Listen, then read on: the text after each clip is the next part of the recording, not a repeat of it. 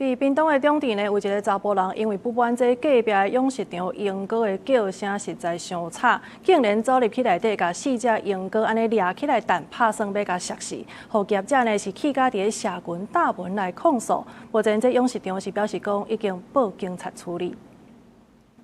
一名查甫人对鸟笼仔出来了后，手头抓一只莺歌，就直接甲弹出去，动作看起来拍算要甲杀死，互当事养殖场足生气。伫社群网站大文讲，头摆拄到这种情形，人走去卖私人的所在，偷掠走2对金刚莺歌，去甲莺歌遮尔巧的动物用死，其中一只等伫涂骹，当事人落尾向警方报案。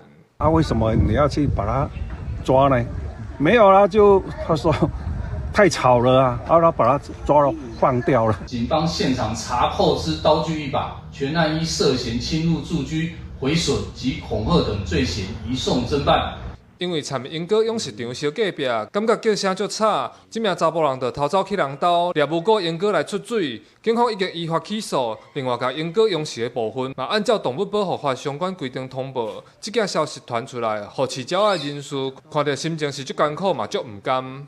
我们看了都好伤心，然后昨天真的整个我们的社团全部都大家都非常的气愤，真的实在是太过分。他抓鸟已经不对了，他还把我们的那个鹦鹉这样子的残暴的对待，那实在是很不应该。这款的金刚莺歌因为巧佮讲模仿人的声，而且会当饲足久，袂少人拢会买来做宠物。大只佮水的一只价小会当到90万。 嘛有人咧收藏，爱鸟的人士讲，希望大家会当善待动物，若心情无好，嘛唔通找无辜的动物来发生地。记者柯明哲，屏东报道。